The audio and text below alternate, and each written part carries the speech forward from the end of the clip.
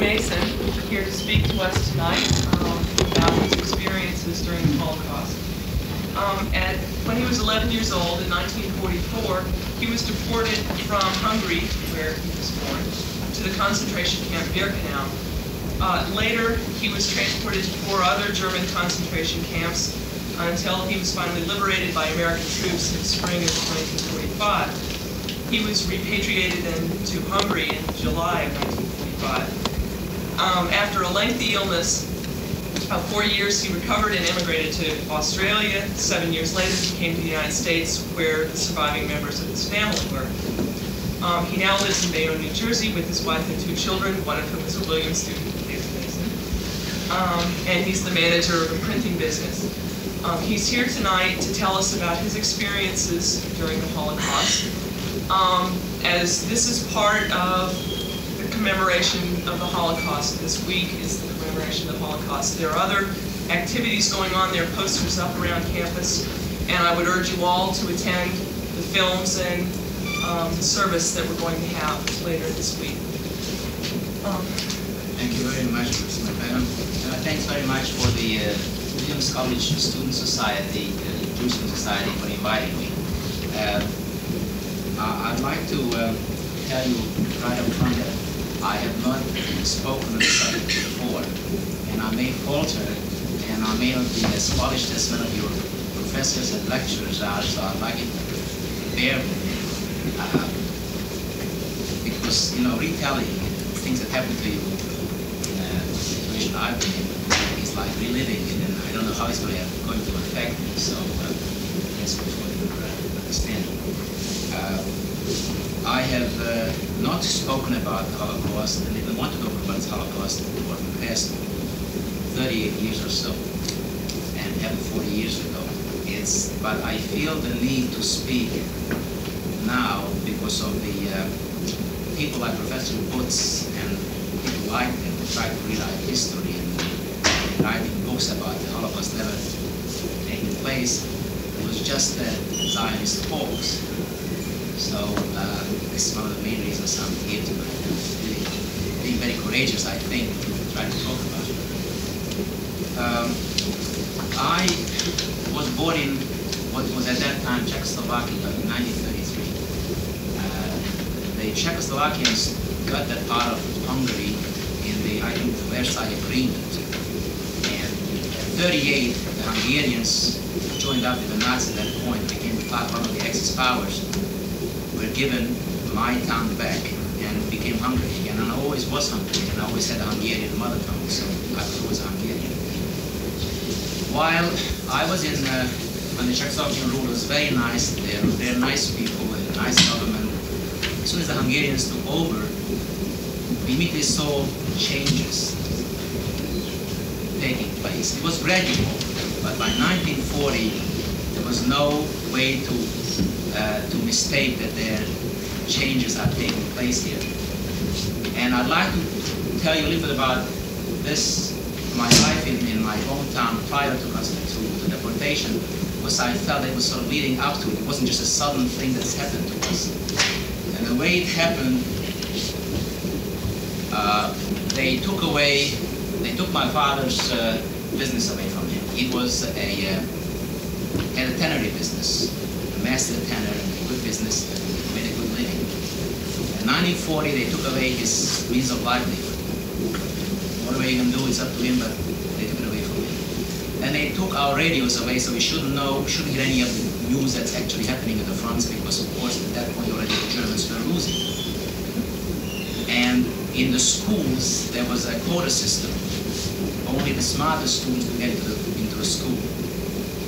And they formed what was their version of the Hitler Jugend, the Hitler Youth movement in my town. And students had to go 2 or 3 times a week after school to these meetings.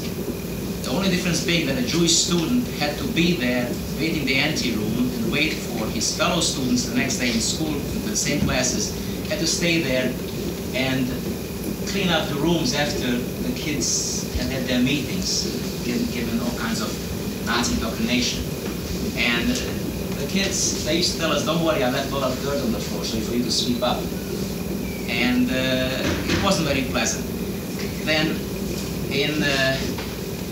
we had military-like caps that we had to wear, which had the stripes of what grade we were in, and we had to salute our teachers, the military-type salute.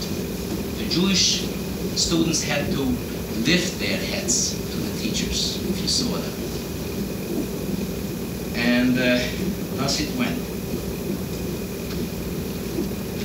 Then in the spring of 1944, they told us we have to gather our most important belongings, and limited us, I don't know how many packages. And they took us into the local synagogue, which is a big synagogue, and they kept us there for about two days to get ready to transport us to a town about 20 miles away, which became a ghetto. That was a town about 20 miles away, and they took us into the Jewish section of that town, which at that time already the Jews who lived there before had been already taken away to camps to make room for us.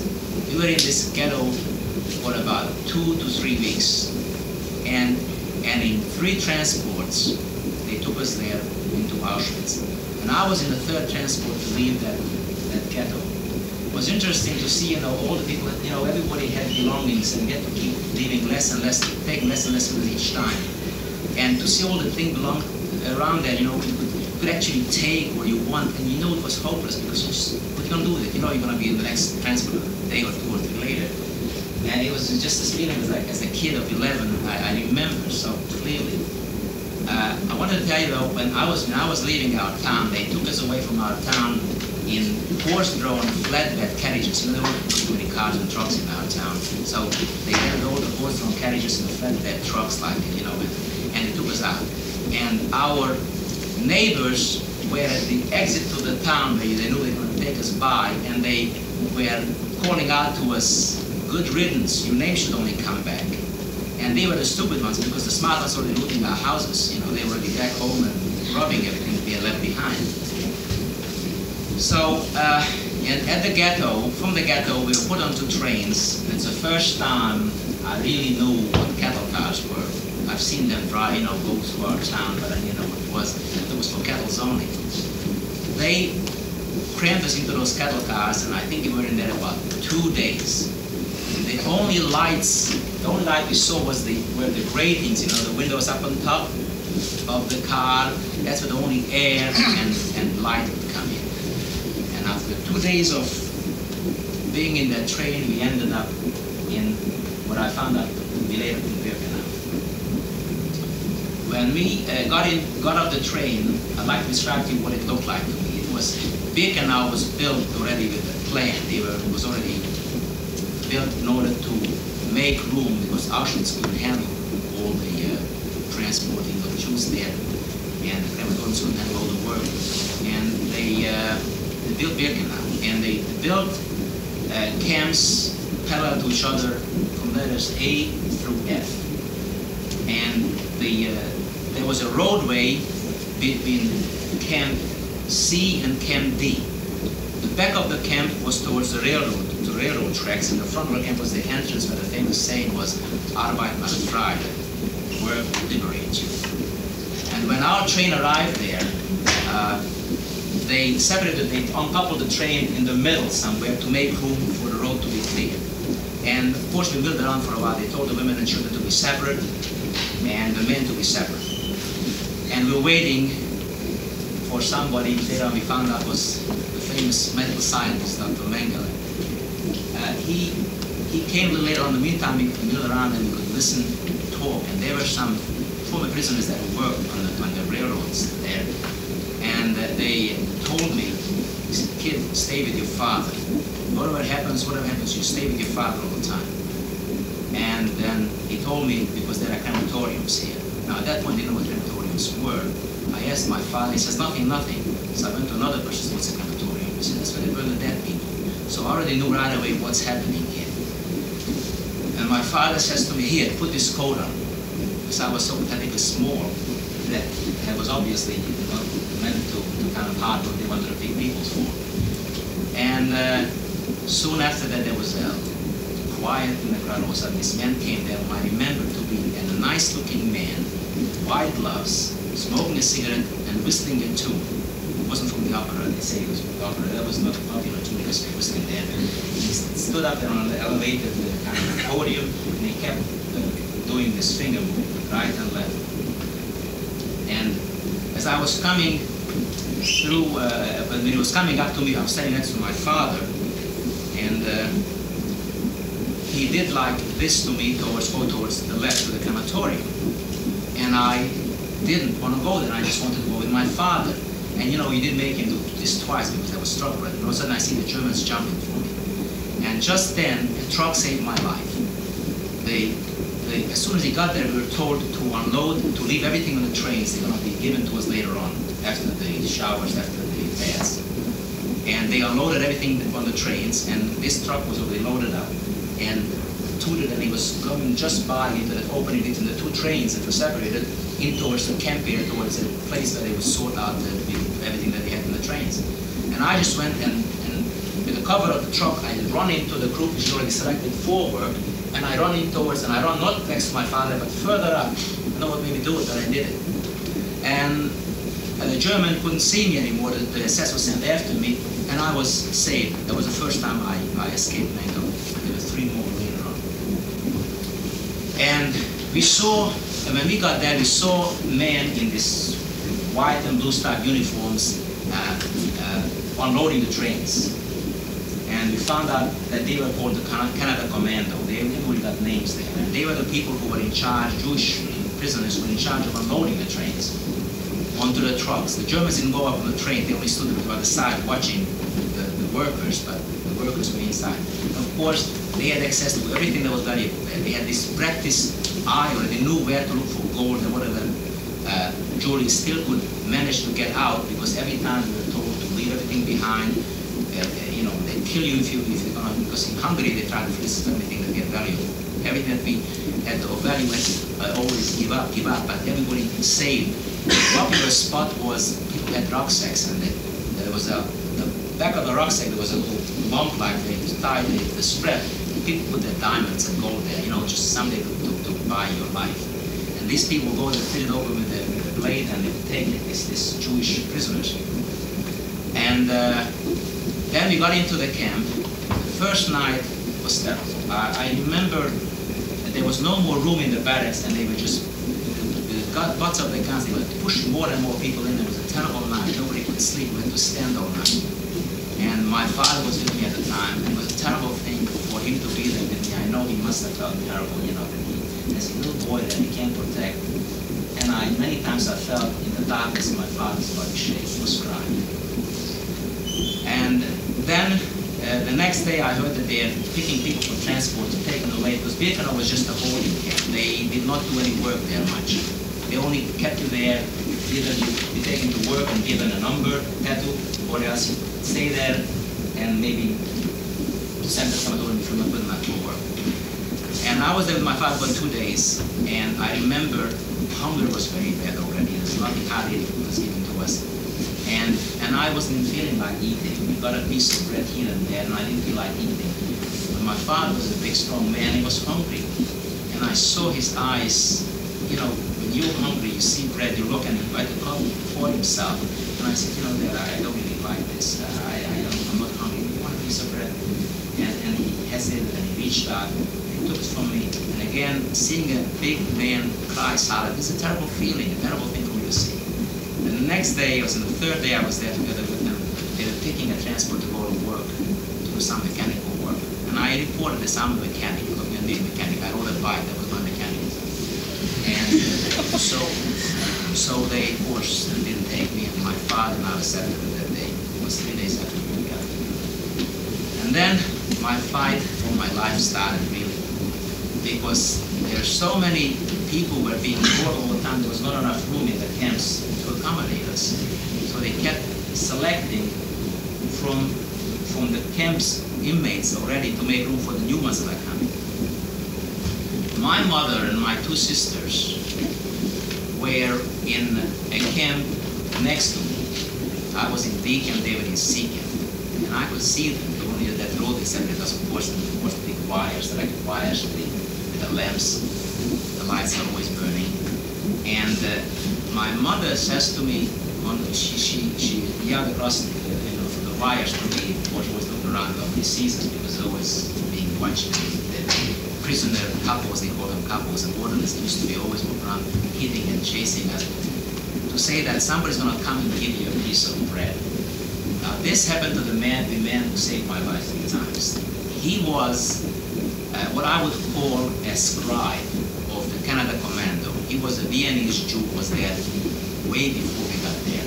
And he got a position not of beating or punishing, but those famous couples were famous for. These were cruel people who were, in order to get the Germans kindness and be able to eat better, they would really be very cruel to us. They were Jewish, Ukrainian, and Romanian and other nationalities who were very cruel to us, who were in charge as Balkan leaders. And sure enough, the same day a man comes over to me and he says, "Is your name so-and-so?" I said, "Yes." "Well, you might want to send something, don't worry. From now on, I'll protect you."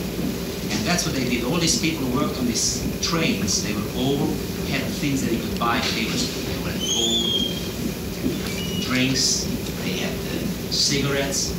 And this man said to me, "I have 2 more, I only have 2 kids I'm protecting, but I'll take you too." And I needed to step very soon after he told me this, because there was a big transport of new people coming to and they had to make room for us.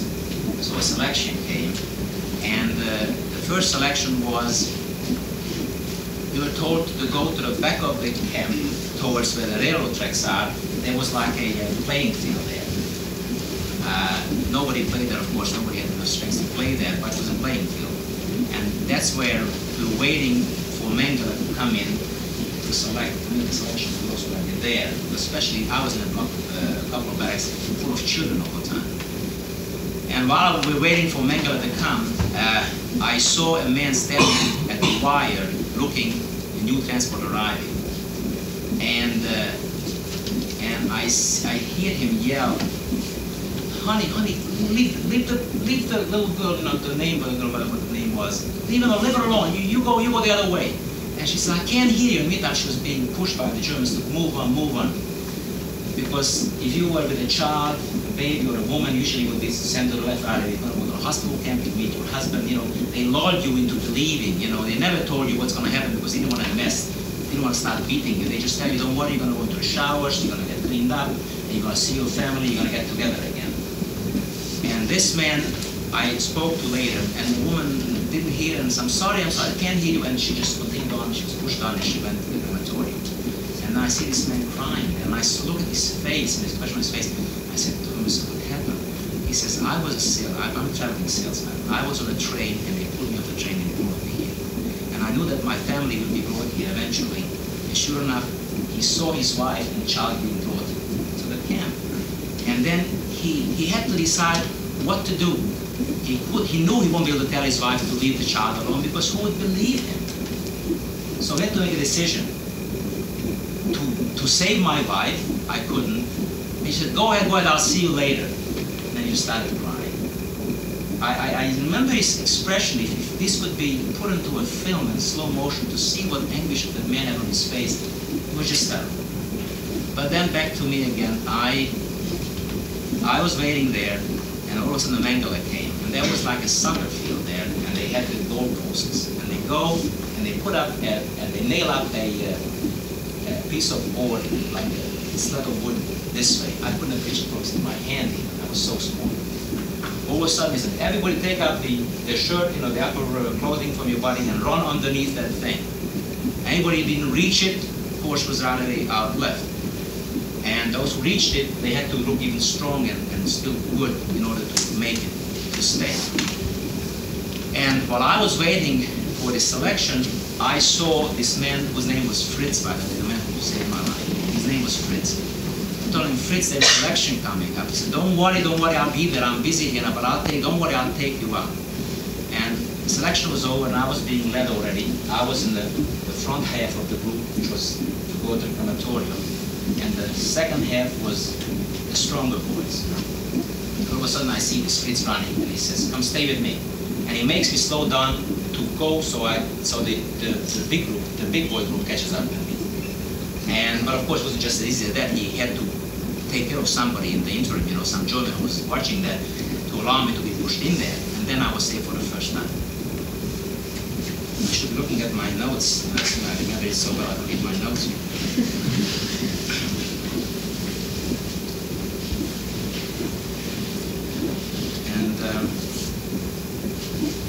And anyway, at this point, then I was saved for this first time, saved while at Berlin camp. We were taken back to our barracks. In the barracks, I told you before, they were run by prisoners. There were a lot of Germans there also. In order to clean out their jails, they figured they would still be behind the bars, society would be protected from them. So they put them into concentration camps. And we could tell who did what, because they had special insignias on their chest. Like they had triangles, different colors. A brown was a murderer. A dark blue was homosexual. Red was political. Yellow was Jewish. So we knew who was what. There were a lot of sexual deviants there, and all kinds of cruel people. And many people, of course, couldn't take all this and they wanted to commit suicide. It was very easy. All you had to do was just walk up to the wires.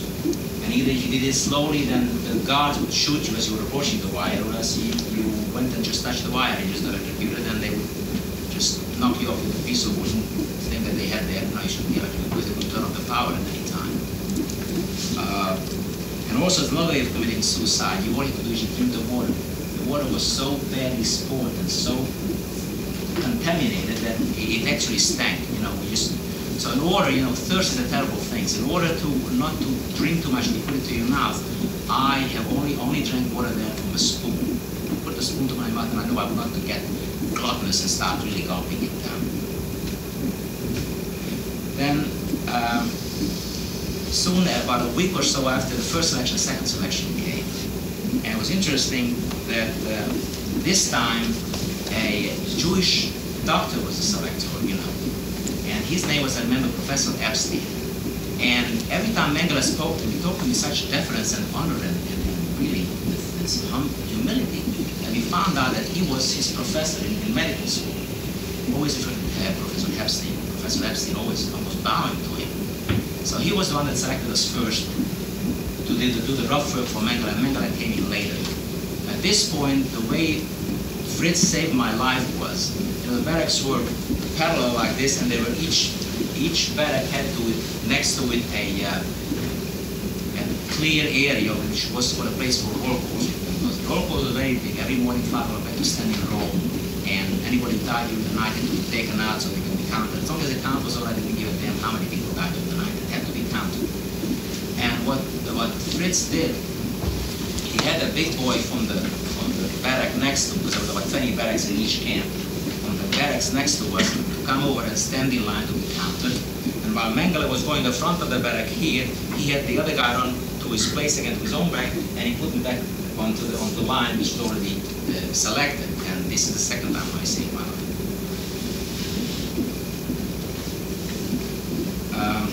Then also, at this point, I'd like to describe to you how the Germans like to play games with the local time.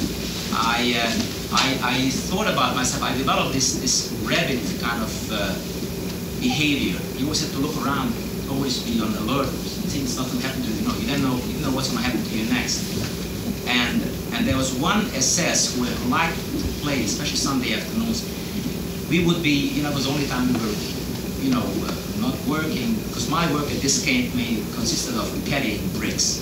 We had to carry so many bricks from one place to another until somebody work assignment would come along to those who were skilled or strong enough to be taken to some special places like mines and other places that would keep you there for 4 or 6 weeks until you work good without any food, without anything to the surface. Then you bring you back and gas you and bring you from fresh laborers because they didn't want to feed you, so it shouldn't be too much overhead, keeping people going.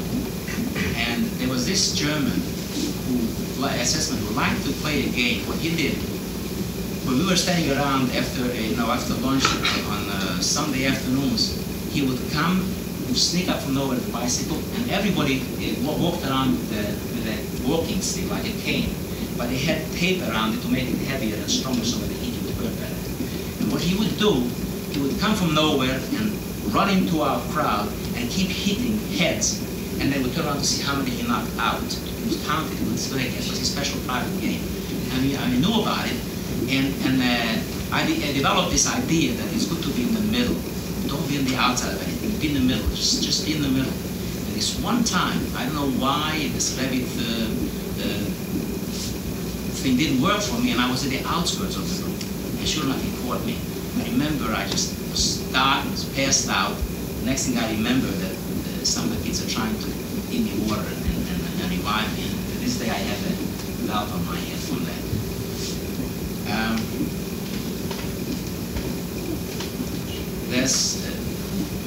The food, of course, was a very important thing over time, and since Fritz was my helper there, he always had a little extra food all the time, and at one point, I decided I'm going to throw some food over to my mother. It was quite a throw, but I was a pretty good thrower. I was a good pitcher. I should have been American. I was a very good pitcher. I pitched over some bread to my mother, and as I did this, a Ukrainian orderly saw me. And he took me, and luckily my mother did not see me being taken away because she was being chased by another somebody in her side of the camp, her side of her, she was there. And I got the famous 25 strokes. And I just don't know how I survived. I mean, it was hitting me all over. I don't know why I didn't get a broken back. It just hit me so bad for 25 times that I couldn't stand, I couldn't do anything for quite a while. Then came what was me one of the worst selections, the third selection. And this time I wasn't so lucky. This time it was a very surprise selection. It was early in the morning. Fritz was out unloading the trains with his men. And Mengele came 1, 2, 3. I tried feebly to stand. I had a little bit to get around with me when I could have hit it somewhere, so I could stand on the bricks out a little bit taller. But of course you couldn't fool Mengele, and I was picked and put into a barrack where they kept you till about midnight that day. And they gave you no food in order not to defecate when you would take the gas chamber. And they only gave you a tea-like substance to drink. And I was there from about 10 o'clock in the morning, and about 5 in the afternoon, Fritz comes and he says to me, "Don't worry, I'll take you out of here. I've got to wait for the man that I know, and he will take care of it. He'll rearrange the count numbers, he'll be taken off one, and he's going to be out." I said, good, thank you, and he went away. 6 o'clock came, and he was nowhere. At that point, I knew that he probably couldn't save me, couldn't take me out of there. And I was beginning to make peace with myself, and surrounded by a lot of kids from my hometown, a lot of people I knew, a lot of boys that I met there. And the day and the hours are coming, and it's 9 o'clock, 10 o'clock, it's over, and I knew myself, oh, this is it, I'm going to die, this is it. And it was interesting to see what everybody did. A lot of people, a lot of the kids, there was only most of the kids, only a few older people there amongst us that they picked up, most of the kids. Age, I would say 10, 11 through 15. And they started, many of them started praying. Many of them actually started to carve their names into the woods of the beds there, whatever they call them, so names of mine there. And I also began to pray and say goodbye to my family. And all of a sudden, Fritz comes there. Come on, you're out, take him. And there was like, the gate was barricaded towards the exit where the SS was standing in guard.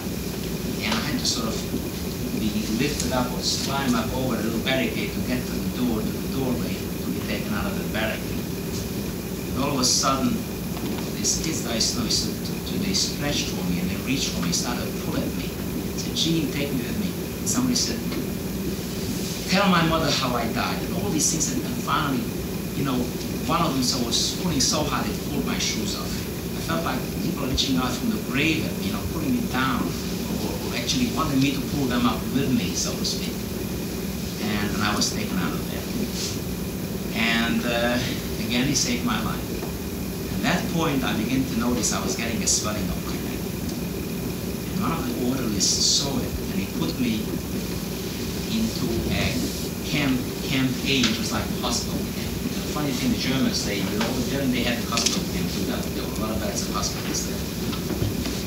And this is something like a blessing in disguise. Actually, it was a curse, because usually from there you didn't know when they're going to take you to the crematorium, because you didn't know those sick people there. So Fritz wasn't happy about it. He came with me at least sort of once a day, and he told me, look, everything is all right now, there's no selections coming up, but I'll get you out of here. Of course, that was not months that I had, and it didn't help me anyway, but it did for me there. But while I was there for a week and a half or so, the next camp was Camp B, and they were gypsies there. I think in the German, the German thinking was that Jews and Jews are about the same level. They're both inferior and they're no good, and they should be done away with. And the gypsies were together as a family. So they lived together, and they were being filmed all the time to show for propaganda purposes in Germany how inferior these people are, how they have just waste, they shouldn't be fed, they shouldn't be eating. And many of them had gaping sort of syphilis. They kept them in such a way, and they wanted them to be that way, and they actually were filming the syphilis of them, showing their sores. And then one night, there's a lot of noise, and lights, and a lot of short, brisk German commands. And I went over there to see if I can peep out there, because we're pretty free at this hospital barracks. They were not so strict with us, better food, no work. And I see them being loaded on the trains. And that one night, 20,000 gypsies from the camp next to us was taken out and eliminated the same night. We saw the crematoriums burning the next morning, crazy. We took them away and cleaned them out. And just about this time, a few days later, Fritz came and got me out of there and took me this time to Camp E. In the interim, I was in the hospital where my mother and my two sisters were taken away. They went to they went to a place to work. And I was taken to Camp E. I was right next to Camp F, which was the camp where Mengele had his famous experiments. And one day I'm walking there, and I see two big boys from my hometown, about 90 of beautiful boys. They were twins. And we recognized each other, but you could never stand and talk. You had to sort of walk along, because you're not supposed to talk to us anyway, because they were in a special way, and they were being experimented on. One day, I see one of the boys come out, and he has a patch on his eye. And another boy also had a patch on his eye. One had the left eye out, and on the right eye out. So what's happened to him? He said, they took out our eyes, obviously the eyes, for experiment. And then about 3 days later, he came out alone. He said, what happened? He said, my brother, they killed him for some reason. So this is an experiment that I heard about. I actually spoke to somebody who was one of many that was affected by it and was killed.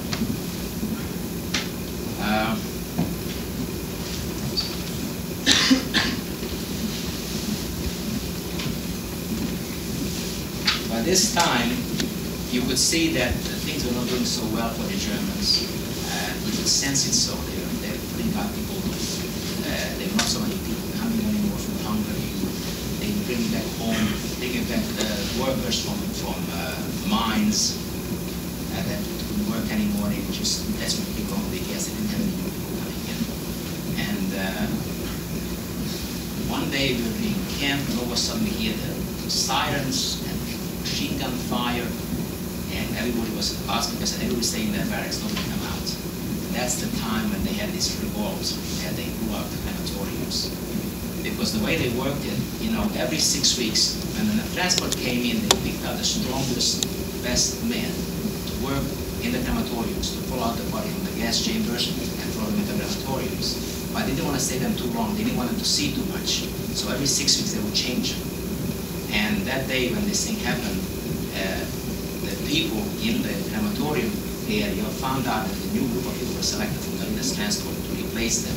And usually what they did, the Germans would put them into the gas chamber with the guns and gas them, and then the new group of people, the new commander was picked, the crematorium commander was picked. They were the ones that do the burning of the previous commander. And I don't know anything directly about this because I was in the second or third camp, but we heard about that some of them got away, not too many. was for about 30-mile radius, there were a lot of German guard dogs and all kinds of barriers that to get by and not make it out. But at least they did do one thing. When they blew up the crematorium, there were no more actual gas. There were no actual gassing from the camp itself. Only people that brought from other camps that they were to move or the daily death, daily ration that they, the number of dead that died of natural causes, to be burned in crematoriums. And then at this time, it was about October of '44. Fritz told me, he said, I think I'm going to get you out of here. First time I hear about a good transport going, I'll get you out. I said, okay. And I tried many times to get out of there. Get a transport, I could never take me because I wasn't big enough, I wasn't strong enough, and I had no skills. But this time I said, don't worry, I'll get you into something. And sure enough, a few days later, there was a transport going to work, which I found out later to be a place called in Braunschweig, Germany, to work in a truck place, a truck factory. But, when they take us out of camp, they took us onto the boxcars again, and they took us roundabout way, and one night we were at a railroad siding, and the morning came, the Americans were coming to bomb, and it was such a good feeling, they know that there's somebody out there trying to kill them too. And, really had a good time, not even worrying about being killed. And after being there for a couple of days, very little food, very little water in those boxcars, I guess the tracks must have been bombed out and they fixed it. And then they took us finally to this second camp that I went to, it's called Braunschweig.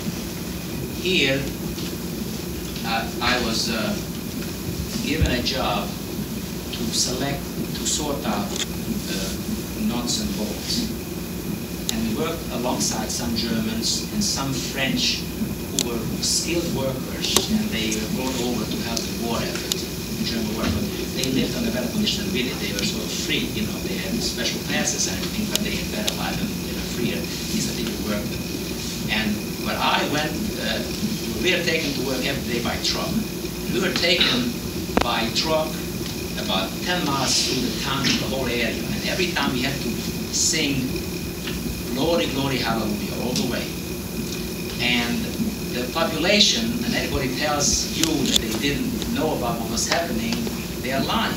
Because they saw us every day go there, they saw the pathetic group of people being taken by truck and a few trucks to place to work and sing Glory, Glory, Hallelujah, just those few words. And they were laughing. They were laughing at us. They thought it was very funny. Then one day, and I told you earlier, somehow they like to play games all the time. And before I'll tell you this, I'm going to tell you, in this case especially, they have organized food gangs. In this place that I was in, this Braunschweig camp, only about, I would say about 700 to 800 people in it. And there were a lot of kids there, and adults of course, who were from the Warsaw ghetto and the Lodz ghetto from Poland. And they have went through a lot because they were already experiencing this kind of life for 4 years. And they were tough, they were real survivors. So what they did, they organized gangs of boys to how to get food, more food. And what they did, one would stand in the back somewhere with the little utensils and buckets that they had, and the others would go up to the beginning of the line. Some would go a little bit, one-fourth of the line, another a little further back. And they would get their portion of soup or whatever, and then run to the back of the line, dump it into that bucket that they had there, and they would come to the guy next coming up to the drum, which was had the soup in it, and he would let him in front of him. So many times they had so many portions that they got, by the time the weakest, the smallest, got to the drum, the buckets, whatever, there was no more soup left. So we were very hungry, many times without any food, because the weakest always suffered the most. And some I didn't even blame them, because they were survivors. They wanted to just survive. And they told us, he said, look, you were still sleeping in white beds when I was already in the Warsaw ghetto, and they didn't feel guilty at all to do this to us. The reason I tell you this story is because this camp, we're waiting for our Sunday dinner, which was a little bit better because they actually gave you a whole boiled potato beside the soup. And we're waiting and waiting for about 3 or 4 hours in the cold winter time, and hoping to get the food and just watch the soup steam away and being cold. The Germans are standing around talking, laughing. All of a sudden, the camp commandant says something to the Germans, and the warden is there, and they start throwing the potatoes all over the place. And all of a sudden, you should see everybody just started jumping up the potatoes. And I at that point already was quite weak. My swelling on my neck got bigger and bigger. And I had a lot of sores on my foot. I had a big, heavy wooden shoe I had to tug along. Everybody had ice, and get any kind of a sore, the ice would eat into it. You know, it was festering. It was very, very bad, painful. And when this thing happened, they started throwing potatoes around. I just stood where I was, and I didn't do anything. All of a sudden, there is silence. The Germans stopped throwing the potatoes. The camp commander looked at me. I was alone, standing by myself like a sore thumb out there, without jumping for the potatoes. I didn't do what I was meant to do. And I saw him coming to me, and this man was an officer, so he had, instead of a walking stick, he had a cane. And his boots, and starts hitting the boots next to his leg, like he's hitting, and he's coming towards me. Now at this point, I knew I'm not good. So I went, and I took my hat off, because I know they like humility and complete submission. And I took my hat off to attention, and I did it for him. And he says to me, "How come you're not going for the potatoes?" I said, "Herr Commandant, first of all, I'm too small, I wouldn't get to the potatoes. If I did get to it, it would be crushed. And I may be even squashed underneath. Besides," I said, "I can't run because I got my sores and I can't jump around too much." So I decided not to do it. So he says to me, "Where do you come from?" I said, "Hungary." He said, "I thought so." I don't know what he meant by this, but I thought so. So he goes back and he says, "Now, give him a whole bowl of potatoes and soup." It's the first time, the only time I ever had good thick soup from the bottom of the barrel. And then I had potatoes. And he said, "If anybody tries as much as take one potato away from this boy, that to me to answer." For 24 hours, I don't know what I was. I was like twins. Nothing happened. Nobody dared to touch it. They looked at it, but they couldn't touch it. And that's something I can never forget. And about this time, the Americans come bombing again. And they bombed out another part of town where the other half of our camp was working. It was called the Building Works. And after the bombing, it didn't. They left. And there was no more work for us there anymore, and we knew it's never going to be taken away from there. And sure enough, 2 days later, they said, "We're going." We had to march. It's the only time I had to march for about 20 miles. And usually marches meant shootings and everything, but because we're in such a highly populated area of Germany, they didn't do any shooting if somebody was weak or died on the road. They had the stronger people push those huge two-wheel cars, and they would put you on it. And I already had a problem because my sweating was getting better on my neck and it was sort of pressing inwards, and I had difficulty breathing. But there was two nice, strong men. It's a funny thing, that I think back. Our adversaries were the younger boys my age, but some of the bigger people, when they saw a little boy, they had to have some compassion, and they helped me. They sort of supported me. They said to me, "Do you want to get on the car?" And I said, "I didn't, because they put you on the car. If somebody died, they put you on top of me. On top of me, used to back you up, so I didn't know how below the bottom I'd get, so I didn't want to be there." So if you could help me, I'll walk. I'll walk. And it was interesting that as we were walking there, as we were marching there, we saw a group of people also being marched, and they were told to go to the side. In Europe, in this area anyway, they had a road, and either side of the road like deep trenches, and there were fields on either side. And in this case, they were, I think, the sugar beet fields. And who were those people? They were American prisoners of war. And while they were told to go down to let us go by, and while they were down there, foraging for a piece of rotten sugar beets. And we were, the depression was always obvious in our group. You know, it was a sad depression. I mean, hungry, they get wrecks of human wrecks, they're going by. But after we went by, nobody said a word, and we both felt very sad. Because to us, America was the savior. They're going to save us. They knew they were powerful. We saw the planes. If we see another plane, we think it was American. Even if it was a German plane, it was American. We always thought it was American planes. And that father met the Americans there, and we were very sad because we saw them also in slightly better position than we were. They were also ruled over and ordered over by the Germans. Finally, we got to the camp, and this camp was Wartenstadt. Small camp also. At this point already, there was not too many places they can give you to take you to work.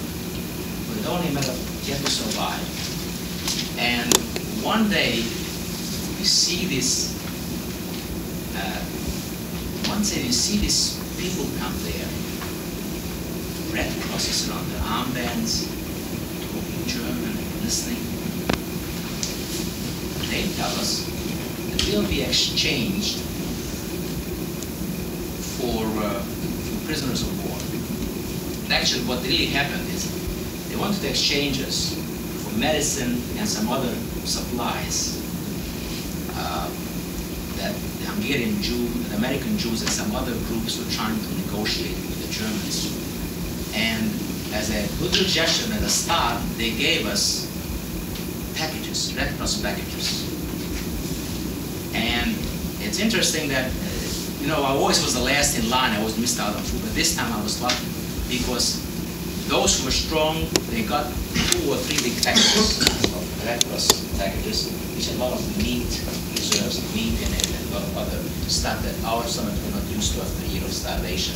A lot of us had dysentery already, typhoid, a lot of typhoid, and meat was not the best thing for you to have, especially fatty stuff. But because I was small and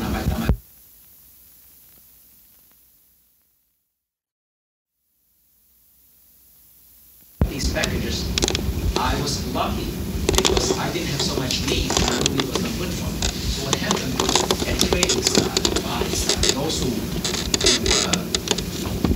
didn't want those who wanted meat, I told them I'll trade you, and I traded the meat for biscuits. I had some instinctively felt that I thought it would not be good for me. It's not good for me, so I traded my meat for cheese and canned cheese and biscuits. And also, I might say, I've never realized what smoking does to a person, what these people do for smokes. I mean, they would go hungry and trade me food for cigarettes, and I wasn't a smoker. So this was a temporary thing, but it wasn't a blessing in disguise. It was really a curse because a lot of people died from all this lecture. And we were told that in order for us to be exchanged, we'll be taken to another camp, which was called Ravensbrück. And we were there waiting for the exchange to take place, and all of a sudden we hear one day that the exchange did not take place. And all it did for us is, just as I said, a lot of us died from the food that was wrong. As a matter of fact, my hometown doctor, I saw one day stiff dead with an empty box in front of him, died from the food. He overate, or he didn't eat the right thing, and he just died from dysentery.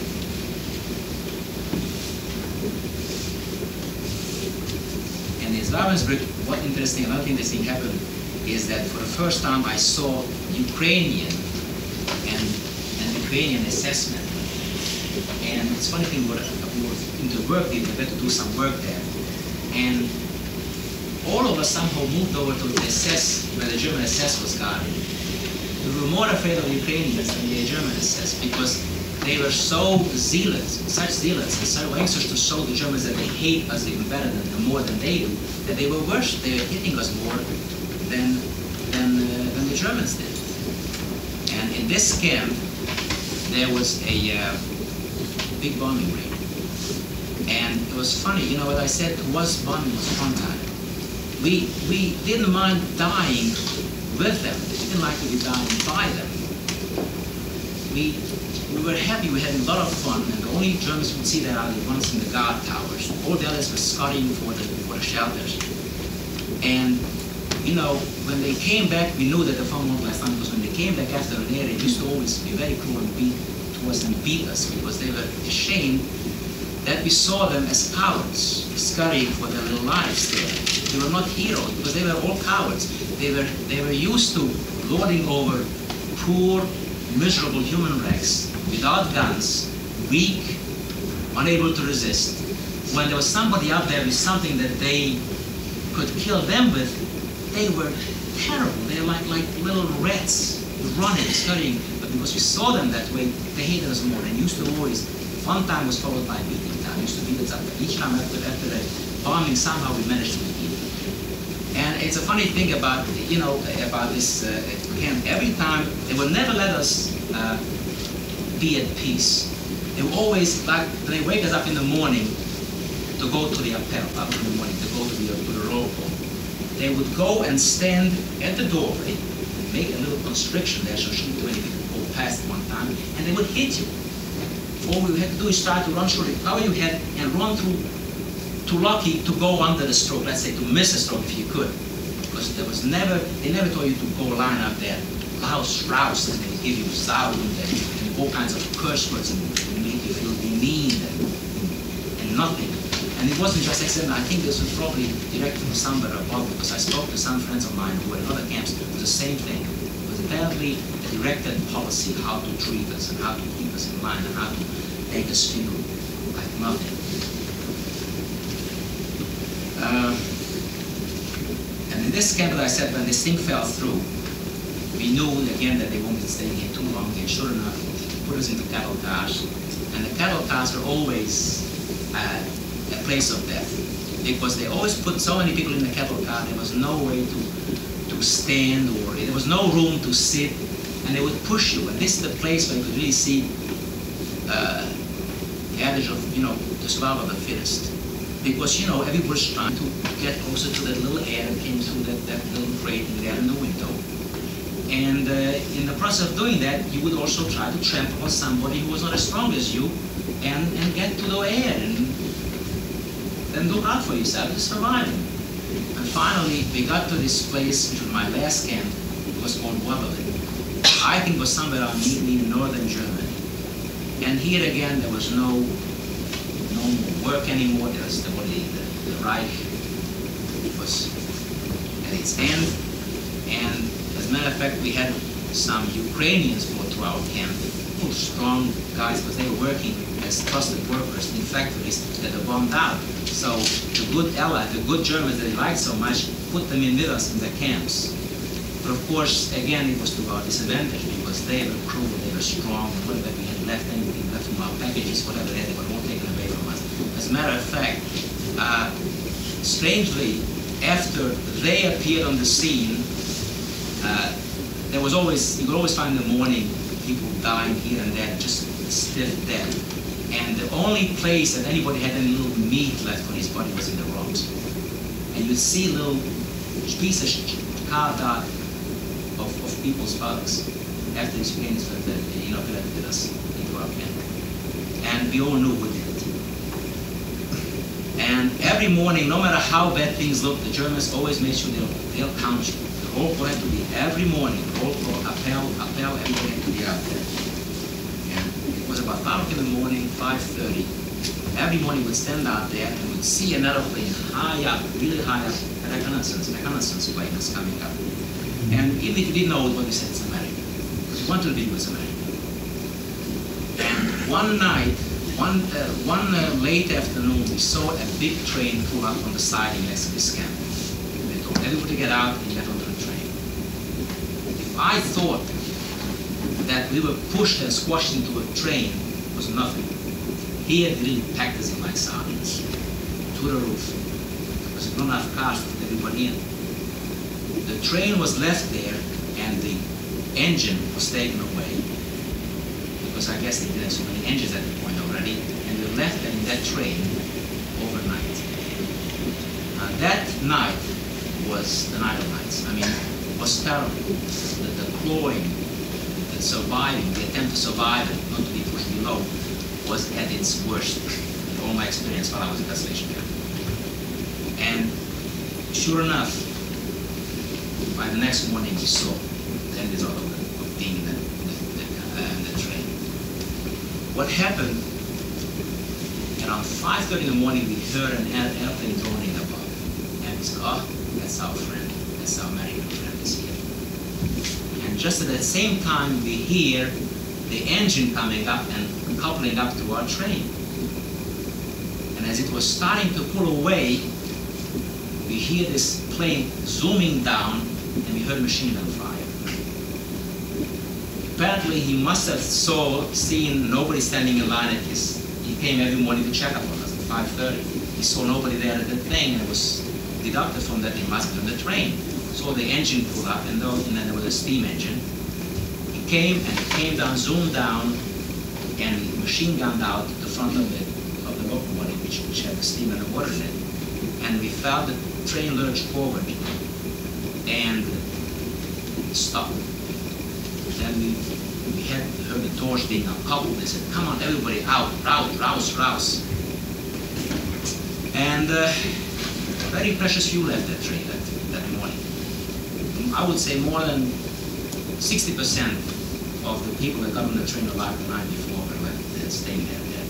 And we found out afterwards that they were meant to take us to a nearby forest where already mass graves were done. It was supposed to be machine gun. Killing us in there. And also, sadly enough, some of the people were killed in the first and second car immediately after the locomotive. They were just the last night of their life in camp. They were killed. Of course, you know, he could only be said he was very good at the way he shot it, but the thing lurched forward, and that's how he killed some people in the trains. And then when we came out, we were taken back to the camp, and we didn't see the Germans anymore. They had just disappeared. So between 8 o'clock and 12 o'clock of that day, we were sort of alone. We started to look around, no Germans. All of a sudden we see some Americans coming. And we had some French people with us. We started to talk French. What's this? And we realized that they were a French group of paratroops who were wearing American uniforms with French insignia. They were from the Algiers, I think they were working, fighting along with Americans. And they brought with them some people back and they fought on the roads in civilian clothes. Of course, the Germans that some of the French were with us. They recognized some of our guards. Short trip of that they killed them right there. Now, usually this would mean you know, the end of a happy ending of a story. But liberation was no happy ending to me because I couldn't go to sleep. I was afraid to go to sleep. I had terrible nightmares at night. And it's interesting that again I was awakened by German words, but they were kind, soothing words. Those of nuns in the Marian Hospital in Hamburg. They would patiently yelling at me, undress me in the nightshirt, change my bed because I was soaking wet. And I was afraid to go to bed because of that. I was such terrible nightmares. And I wasn't having nightmares when I was in camp. It was after that I had the nightmares. And I was there for a little while until I got stronger. And I was repatriated to Hungary in July of 1945. And I met my family, those who survived, my mother. I was very fortunate. Only my father was ill. And I found the next ending why I met somebody while I was in hospital later in Hungary. He told me, you know when your father died? I said, no. Because say your prayer for the dead here on December. So what happened? Don't ask any questions. Just say it. And then I picked a day, after a day, to commemorate my father. But I found out somebody else. I found out that he drained the water when he was at, and he swelled up and he was shot dead. Now, when I got there in Hungary, of course, I went to be seen. I was seen by doctors, and I found out that I was quite a sick boy. I had, my neck, that swelling was glandular tuberculosis. tuberculosis that affected my lung and my hip bone. So I was put into a sanatorium for the next 4 years of my life. And from there, I didn't feel like living in a communist country. I liked freedom. I escaped from Hungary and ended up in Vienna. And I was hoping to come to this country because I had aunts living here. But then there was I was in a lot of rumbling of war like 49. I didn't like being stuck in Europe again. So I decided to go to Australia and transport for young boys. And I went there. And in the interim, my parents, my mother, and my two sisters came to the United States, and I ended up united with my family. Now,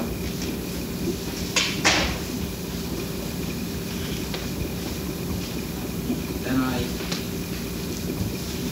got married here, and I have a family of 2 children. My son, you heard about, and my daughter, 2 years old, who's junior in college in New Jersey. And what I'm trying to bring out is that once anybody's life was touched by the Nazis, the liberation wasn't the end of it, it just stays with me. I had a very bad experience about the time when my son was 11 years old. Because I was very touched and very affected by the way my father was with me when I was in camp. And my son, I love my children both very dearly, but somehow I identified with my son much stronger because I saw myself in my son at age 11. And I put myself into my father's position. How he must have felt feeling helpless, a big man, unable to protect, hungry, seeing a little boy there, not able to do anything for him. And this sort of overwhelmed me so strongly that quite a while it bothered me. And that's the reason why people talk about the Holocaust, the children of the Holocaust, I should say. And as it's a great tribute to my wife, my dear wife, Sally, that she did such a good job of bringing up my children that only about 8 weeks ago, in a winter break, the kids say, do you realize we are actually children of the Holocaust? Half children of the Holocaust. This is after so many years. They never even realized that they were, because of the good job that my dear wife did. And I want to thank you publicly here. So this is my story. If anybody has any questions, if I missed anything, if something wasn't clear to you, please feel free to ask any questions you wish.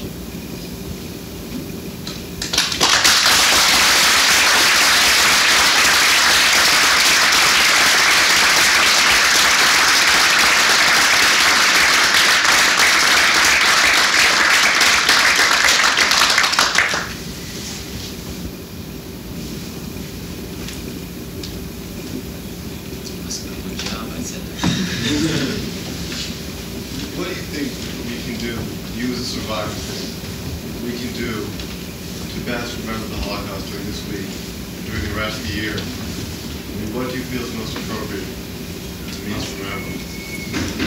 As I said earlier, that I felt in the beginning that I didn't want to talk about it. But I don't know, I just think there is enough goodness in people. If they hear it, they will be more aware of the danger signals.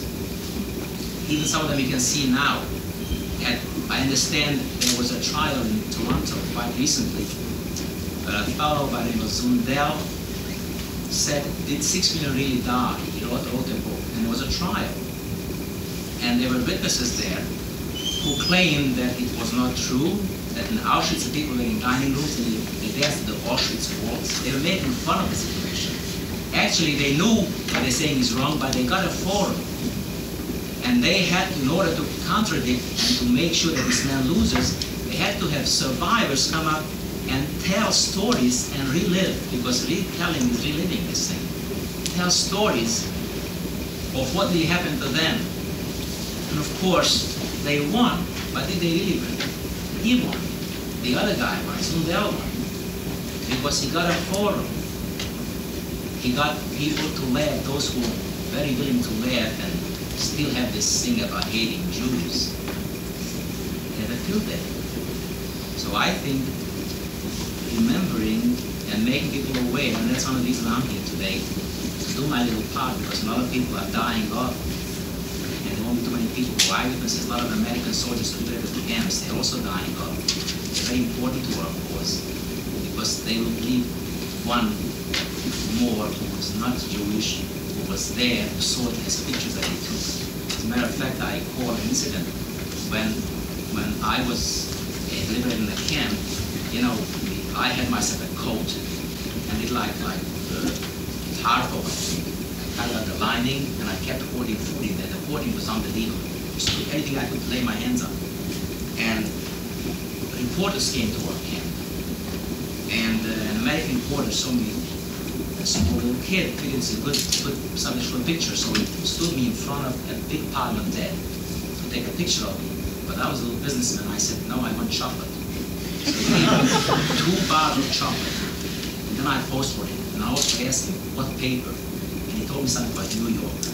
One of my projects, I want to look and find out the papers of the time, whether it was published or not. But I know I was taking a picture of it. Quite seen it. Do you have any understanding for what motivated these Nazis and motivated the capos? And I have a real hard time understanding what would make a human being do that to another human being. And I realize this is not even a unique situation, considering Cambodia and all of the other things. Having been there, did you consider them other people? I tried to see what made them. I think, well, the capos, I understand, they had to do their job because that was their way of living better than us. So it was a question of survival, and had to be cruel and had to have the stomach. But you know, there was one case in Birkenau when one of our kind of Hungarian Jew was in charge of one of the barracks, and he was so cruel that he was taken, and they had huge latrines, you know, at the end of the camp, latrines which, you know, were just full of feces there. And they hit him over the head and they threw him in there, and he was suffocated there. And the Germans made us stand out for about 3 or 4 hours to find out who did it. Because we did something that they did not want us to do. They just want to show that nobody can do anything. And of course, only the people who knew about it who did it. None of the younger people knew about it. Because they're afraid they may tell on us. So we stand there for 4 hours or 5 hours, cold, whatever, without water, without food. So we snitch. Why the Germans did it? I think it was a, you know, well, actually historians, social scientists, moral, psychological point of view, research has been done on it, and they have different kind of thoughts come out. I think it has a lot to do with the fact that they were steeped in anti-Semitism. They were given these pictures that Jews are inferior, miserable, seedy, crabby, avaricious, money-hungry, you know, all these things. And Germany was very receptive to that at that time. And he offered them this thing that you're superior, you're the master race, you're better than they are. And I guess it doesn't take human beings take much before they, yes, I'm better. And you were told that you were just snuffing out a worm. It wasn't a human being that they were not human. It was human anyway, so that's his idea they could do it. And they must have lived in fear also, fear of the next one up and the next one up. And that's their main reason. They always say that, you know, I was ordered to do it. I followed orders, as I always say. But I think you could have defied orders too. What do you think of the Germans today?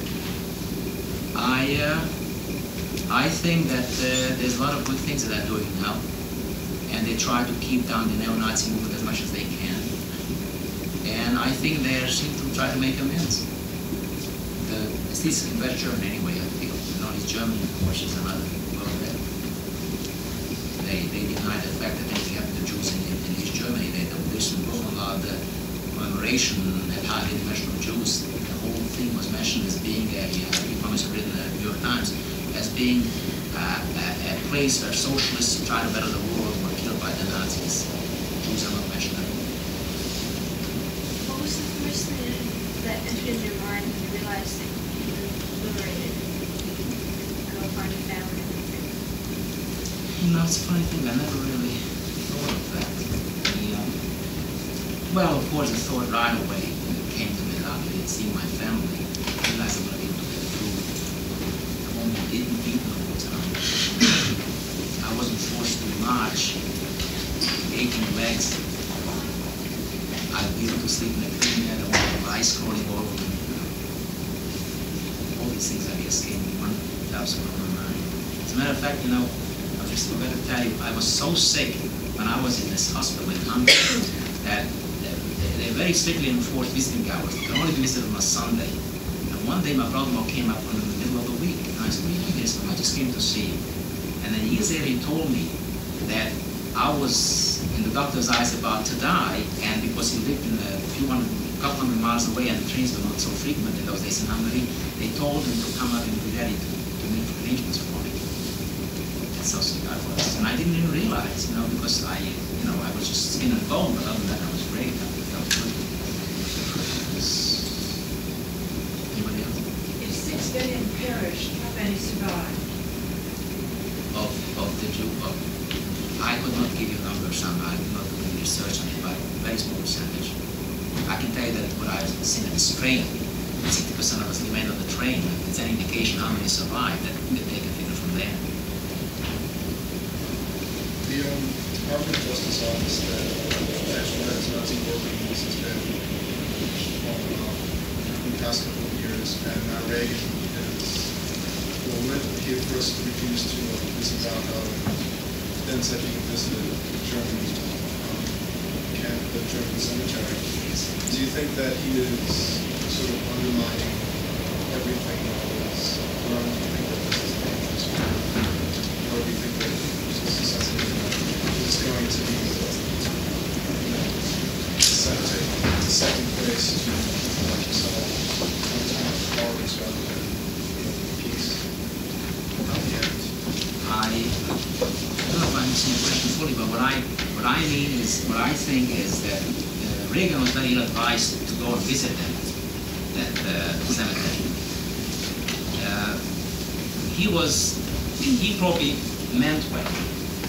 He was advised by the geniuses at the State Department that, you got a million men, and you have to go and be bygones. And he decided he's going to be God and he'll do it. But he was also offered by, he was invited also by the very same group to visit Dachau. He turned that down. He was smart. He said, "All right, I'll visit both. I'll go visit the camp, and also, not that he would be right, but he would do it. But to outrightly say that, no, let's forget this, let's turn over a new leaf. There are allies, they're important to us," which he didn't say, of course, but that's what he thought, and that's what his advisors told him. He decided to visit. I think he was wrong. He cannot be God. He cannot go and decide to forget a part of history that we still live the after effects of. Do you think that trend that Reagan's administration is going to dominate in the future? Do you think that this is still remembered? I should hope not. I should hope not. I think maybe the other president will be more awake than he is. He's probably awakened from sleep, and he was saying, "Oh, in Germany is this war." I don't know. I think it's just very much. What do you think of the Nuremberg trials? Nuremberg trials? Who asked that question? Well, I think a few of them have been sentenced there, and I don't know how much really come out of the trials over there because it's in the crimes they committed. But I think it had to happen. When you said the crematories were blown up, who blew them up? The group of people that were at that time the commando doing the work of burning the gas people. I told you they are there for 6 weeks. Every 6 weeks they changed them. Changing meant that the previous group was gassed by the Germans and burned by the new group was selected. And they only blew up one of them. I think something went wrong. I think one of the people amongst them was a traitor, a Jewish guy. Everybody has all kinds amongst them. And they found out, so they foiled them before they could complete their plan, which was to blow up all the crematoriums. being destined to be killed because they had no choice anyway. But if at least going to be stopping the killing factories there. How did they get the materials to do it? Oh, they were some people who were working outside the camp in some other factories, and I understand they brought them in piece by piece, and they assembled it there. They bought some gunpowder. I mean, they only had miserable little things, and they also, the first few, before they knew what's going to happen, the first few Germans had their guns killed and guns taken away from them. They used that, but and they had slippers, I think, to slip through the electric wires. And I think about 80 of them got out, but the ring of 30-mile radius, there were so many guards and guard dogs, and those who did get past them, I think, were caught up to partisans who were Polish, but rightists, and they didn't like the Jews anyway, so they killed them after they got out. My next question is, if they could organize and get materials enough to do that one little thing, why couldn't they do something to get themselves out of the situation they were in? Well, I told you they did try to get out, but they didn't get as far. I mean, 80 of them got out from that, because each crematorium had a different camp, like it was not joined all three in a row. They were separated by fences. Individual crematoriums, individual camps they were in. They didn't want to touch each other, sort of. And they got out as far as they could, but they couldn't get away, far away, to be free and to escape. And those who did get it, I said, were killed by the Nazis. People say, why didn't they break out? To where? To hostile world out there? I mean, the Polish people around them, they were not very kindly towards the Jews. There were some righteous, good Christians there, but the majority of them didn't like Jews. The basis of forgetting mentioned. Do you ever worry about something like that again? I'm a pessimist. I'm very much afraid. It doesn't take long to turn a nation's mind around, especially with TV and all other, and better equipped, smarter, because all the thing that was done by Goebbels. He was the master technician. He was the one that used mass psychology. Whatever he did very well. Now with better training and the media, they can really turn a whole nation against another race or anything. It's quite common. Was there any kind of hope or strength of yourself that made you survive after all this year? After I was delivered, was there any kind of hope for yourself that pushed yourself to survive? Well, the desire to survive was always there. As a matter of fact, one of the nicest things that I ever evolved while I was at concentration camp was, all day we were treated like animals. I had to go around like a rabbit each time, always come around to eat or whatever. At night, that was my private time. When I went to bed, I said to myself, now you were an 11-year-old boy. You were a kid. You're human. And you can cry. And I cried myself tonight, every night. And I was great. I felt so good. It just made so nice everything for me. Because I could do something that made me human and nobody had to stop me from doing it. And I mentioned this once to my brother-in-law, who is a psychiatrist in Massachusetts. He says it's the most amazing defense mechanism I ever at all. And I did it on my own. It just made me feel good, and I did the right thing, and I felt very good about it. I was human. I was a little boy. I was crying. And then the next day I went out into the world again, into that world again, trying to survive from day to day, from hour to hour. Yes. Was it possible for the Jews in the camps to be religious at all? Yes. As a matter of fact, this Fritz used to smuggle in some prayer books. He didn't believe it. He didn't believe in religion, but he respected those that did. And there was religion, and they were people that got their lives and around Rosh Hashanah, and Jewish New Year and Yom Kippur, to blow the shofar, and the Germans were chasing there. What is to them? Just because they did something they were not supposed to do, they were chasing after them. They shouldn't blow the shofar. There was religion. As a matter of fact, the first victims of the Holocaust were the religious Jews, because they would not eat the food that was given them. As a matter of fact, the little trick that these Polish boys played with us when we got there, they told us, don't eat the soup, there's human flesh in it. So we didn't eat it because we're still fresh there, and they ate our soups. And when they told us, they said, all right, if you don't want it, I'll eat yours, then you get smart. But at the beginning, just a thought to say that there was some human flesh in that soup, you didn't touch it. Were there Christians in any of the camps? Yes, there were Christians in there. People, for different reasons, were put in there. They were political terrorists. They had this little red triangle of political prisoners, and they were just as bad as we were. And though they were not couples, they were just poor people like ourselves. They couldn't get themselves to go and do the hitting and killing, so to get the appreciation of the Germans that you are good, you were doing a good job. Do you know whatever happened to Fritz? Fritz, yes. When I left Hungary, I went to Vienna, and I looked into the phone book, and I find his name there. As a matter of fact, it was funny. He told me, when I was in camps, nobody always saved you. So one of the things he shows me his shoes. He had a specially built shoe that had the holes inside in the shoe, in the sole. It was full of beautiful diamonds. So you walk on the head, full of diamonds. And then when I went to Vienna, when I left Hungary, I look in the phone book, and there I see his name is Fritz Buschweig. I'm trying to call him up, and he wasn't home. At that point, this was the Russian zone still, of Vienna. At the time, Vienna was in 4 zones: Russian, British, German, American, and French. And I would have to leave Vienna towards the east, to the western sector of Austria, which is Salzburg. I was staying at the time, and I missed him.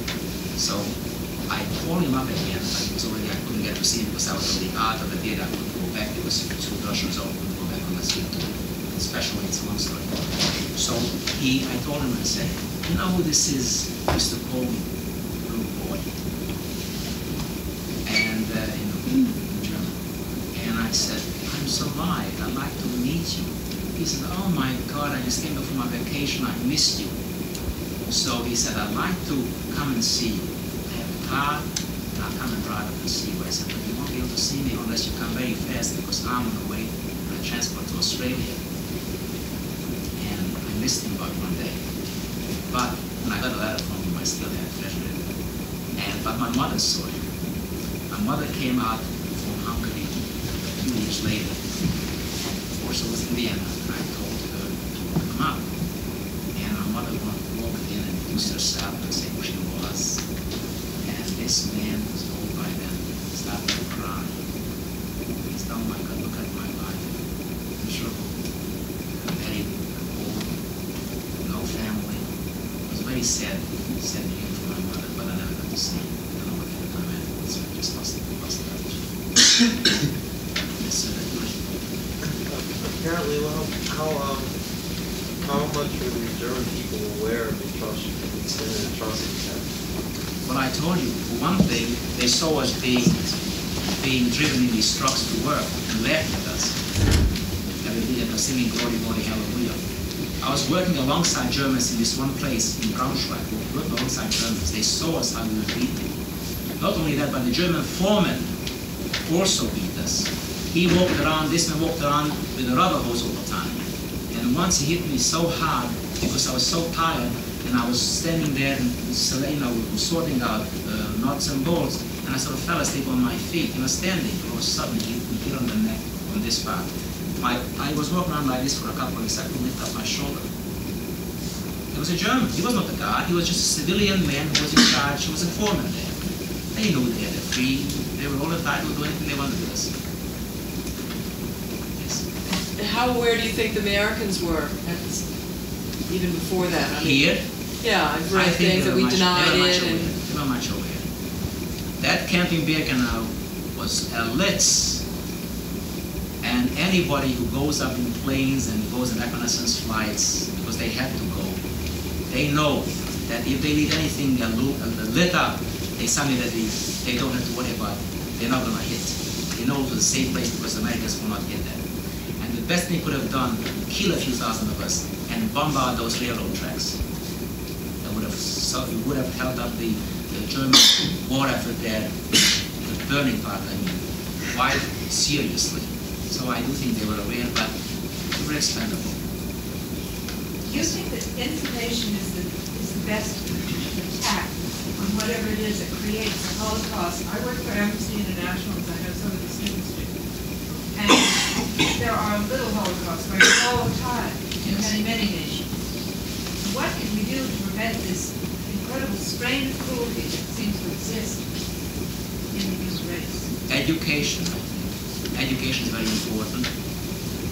Beginning at a very early age, in kindergartens, teaching them love, and rewording parts of the religious tracts that some religions still may have, where I understand the perfidious Jew came out of the service, but there are other, they still have a great time at Oberammergau having those plays which are only milder than they were, but they still show the aside.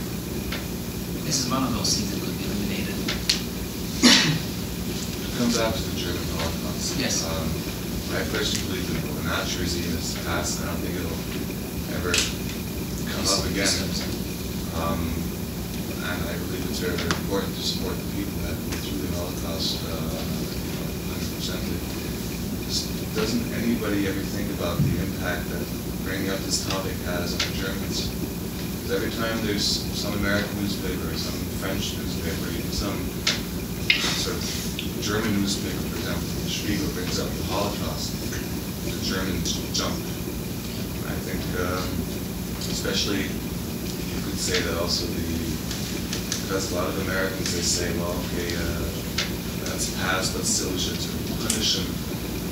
That's why a lot of people say, a lot of Americans who don't really know the German situation right now, the European situation, because they don't live near missiles, etc. I myself am German, and I live in Germany. All those missiles that are in Germany, of course, the Germans, they feel very uncomfortable because they're caught in the middle. I've heard a lot of Americans not especially saying, but meaning that, well, the Germans did us harm, and there's something, Third World War happens, or something happens, in the Germans' term, to get the first blow. Yes, well, I really sympathize with you. I know how you must feel. It's terrible, especially the younger generation who are no part of it. At the same time, you do know that it's a very strong neo-Nazi movement in Germany.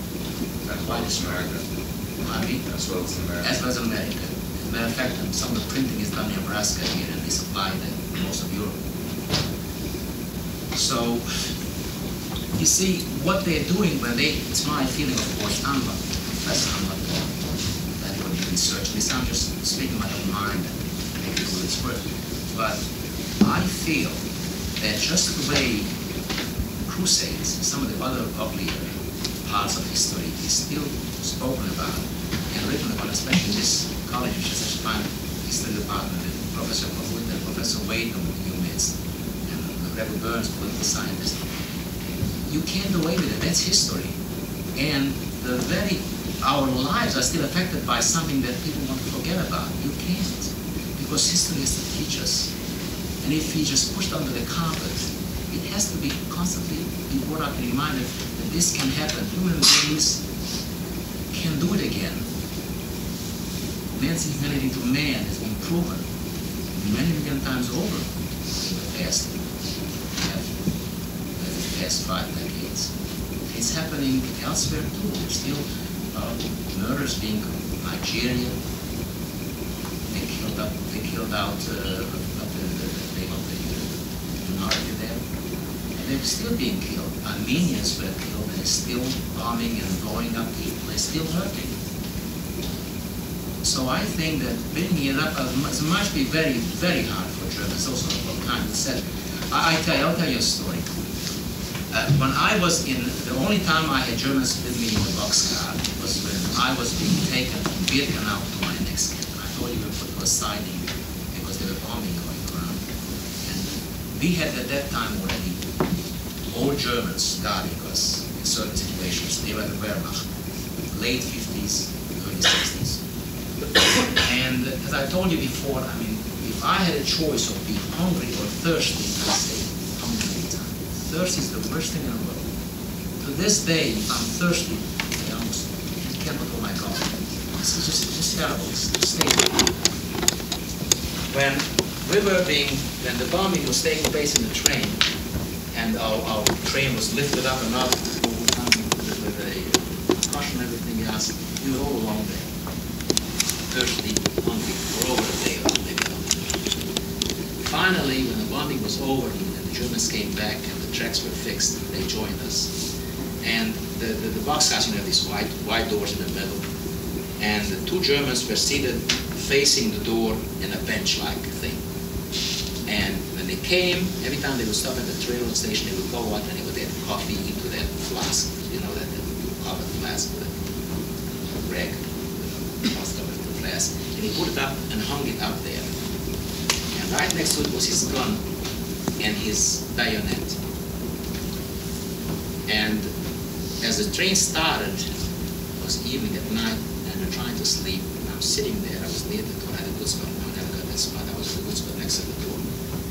And that flask was swinging back and forth, and I hear the coffee slushing back and forth. It's like a torture. It was just terrible. I couldn't take it anymore. So I did something that could have caused me death or at best eating. And I go and touch the gun on the bottom, and I moved it and I flipped off that flask of coffee and I caught it like this. Of course, I didn't mind if I died because I was so thirsty I couldn't take it anymore. And I went and I took a couple of swigs from it. And I tried to get back on it. So I said, "Excuse me." Excuse me, whatever I gave him. This fell down. He looked at me. I saw a look in his eye. Kind of me. He knew what happened. He didn't touch that flask after that. Just let it stay there. Because he knew I drank from it. And he went to the next station, got up, poured it out, and washed it and freshened it up. And put it up there after that. Nobody knew. He was kind, he was smoking. He wasn't happy to be there on the train. So there are, I know there's a lot of Germans also. We're talking about numbers.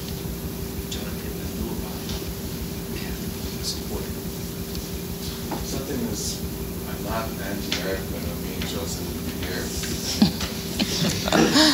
Very American college, I must say, but I always wonder why, especially it's the Americans. I mean, a lot of people have lived, a lot of Americans have lived through the Holocaust. I think it's very, very courageous to come here and tell us about your experience for the first time. Just like a lot of Americans say, talk about Holocaust, they don't say to let other people know, to decrease the possibility of similar Holocaust or any Holocaust happening.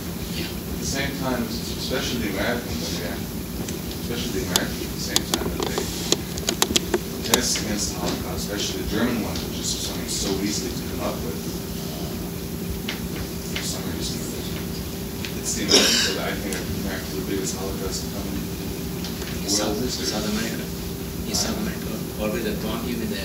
I mean, every war, the United States and the Soviet Union. And they're just feeding all these missiles into Europe. And, here we're going into an area again that is beyond my realm.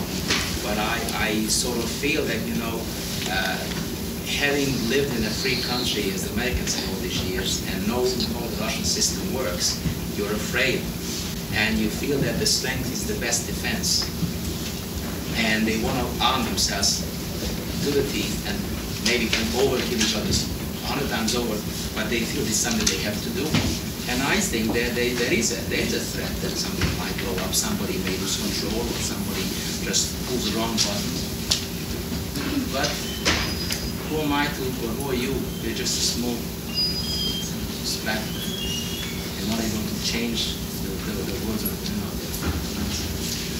Well, we'd like to thank you very much for coming and sharing your experiences with us. We've all found it very meaningful. And for those of you who would like to stay and have discussion afterwards with Mr. Mason or anyone else, you're welcome to stay. Go if you wish to stay and discuss. And I also want